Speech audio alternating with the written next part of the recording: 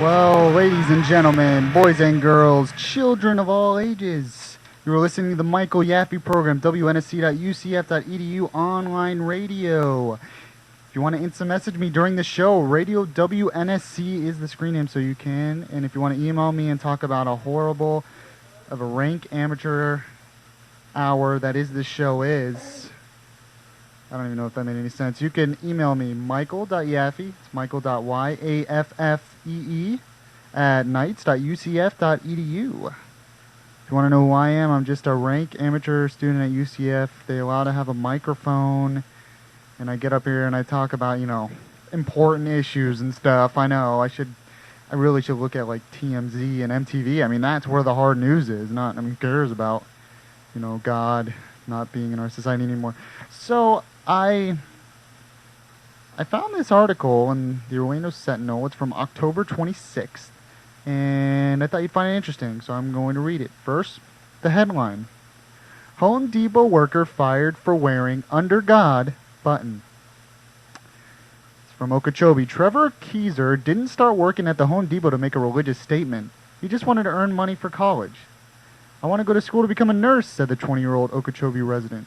Keyser says for 19 months, ever since he started working as a cashier at the Home Depot in Okeechobee, he's worn a button with an American flag on it that reads, "One nation, under God, indivisible."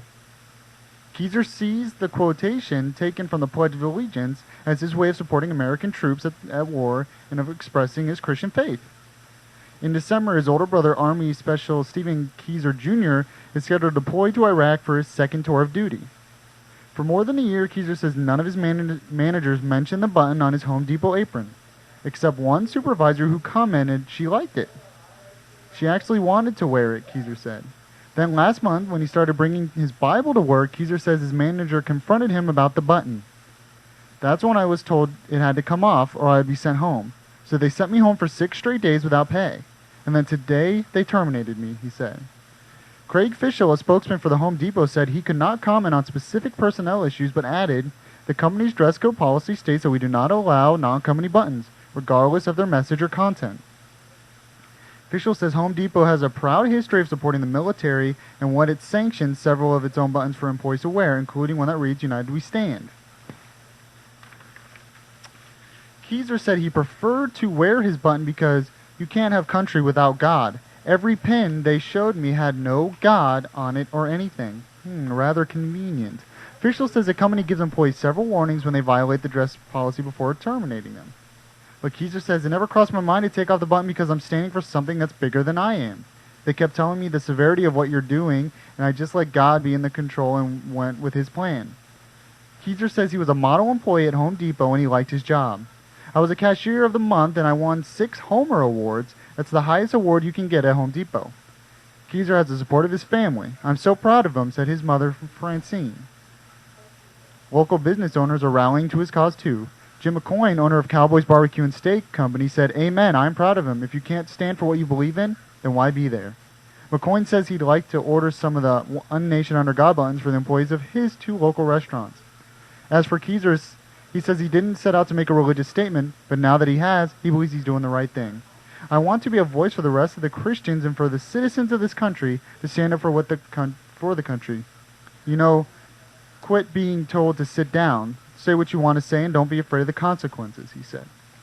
Now, this story, there are stories like this that pop up all the time. This one's sort of unique because it's about Home Depot, and it's really, yeah, it says "under God," but it was just part of the Pledge of Allegiance. Nobody would think that part of the Pledge of Allegiance couldn't be on a button, but apparently it can. And these stories have been going on forever. You hear the story all the time. There's one in Seminole County now about how they're letting students choose whether to stand up for the Pledge of Allegiance or not because it says "under God." And let's face it, the number of atheists, especially in this country, but around the world, are growing. Atheism is growing. Religion is dying. I've noticed stories like this for a long time, but things seem to be speeding up, moving faster, and more of these stories are popping up more and more of the time. Bill Maher just came out with a movie, I think, last year called Religulous, all about denouncing religion. There was a sign during Christmas said, Why believe in God? Be good for goodness sake.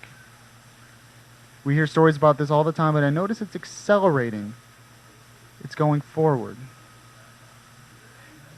And to be honest, it makes me afraid. And not only they're not attacking a specific Christian denomination, they're not even attacking specifically Christianity anymore. They're attacking God. God in general. I believe that every problem in society that we have right now can go back to the fact that we are losing God. Slowly but surely, we are losing God in our country. Our founders, they weren't exactly strong Christians, but they were strong believers in God. They were strong believers in the fact that God intervened in the affairs of men. And in order for the country to be strong, they had to be a moral and religious people. They had to believe in God. And that's why under God, that's why we have in God we trust on our money. That's why it's seen so many places. That's why the Congress, after the war, had a Thanksgiving proclamation thanking God for intervening for them against the British. It's a big reason why the revolution happened to begin with, because they wanted freedom of religion. God is a very important part. And slowly but surely, we're sort of backing away from it. And what happens when we back away from it is not good.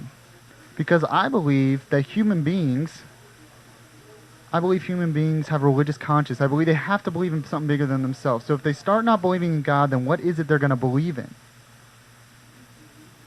Maybe the government? Maybe celebrities? Maybe money?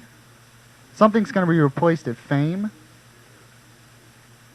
And not only that, but our belief in God, it's our foundation. It establishes not only our religious foundation, but our moral foundation. But once you take God out of the picture, slowly but surely more things start to break down. Those who believe in God usually value the individual life. But once you take God out of the picture, individuals are not unique beings made by God. They're a matter of coincidence. And if they're troublesome to society as a whole, they can be taken out. Oh, that sounds extreme, Mike. Look at abortion. That is exactly what's happening.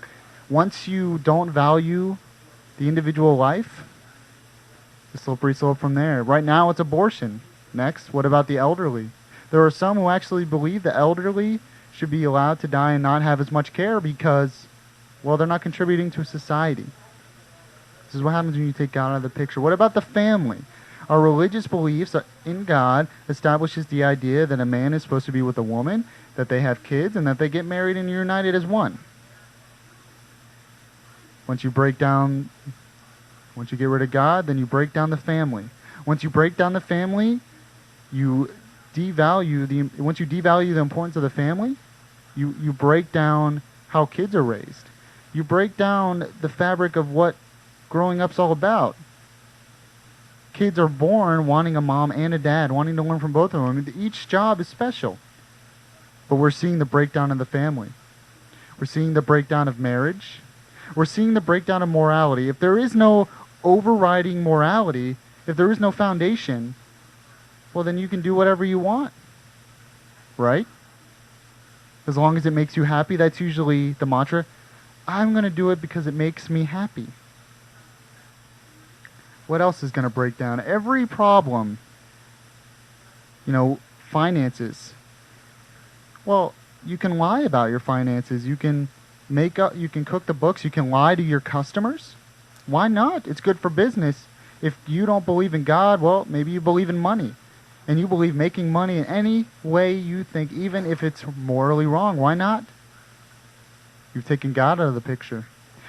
I'm doing this to warn you that in history, this has happened through history, when societies start to devalue morality, when societies start to devalue God, bad things happen.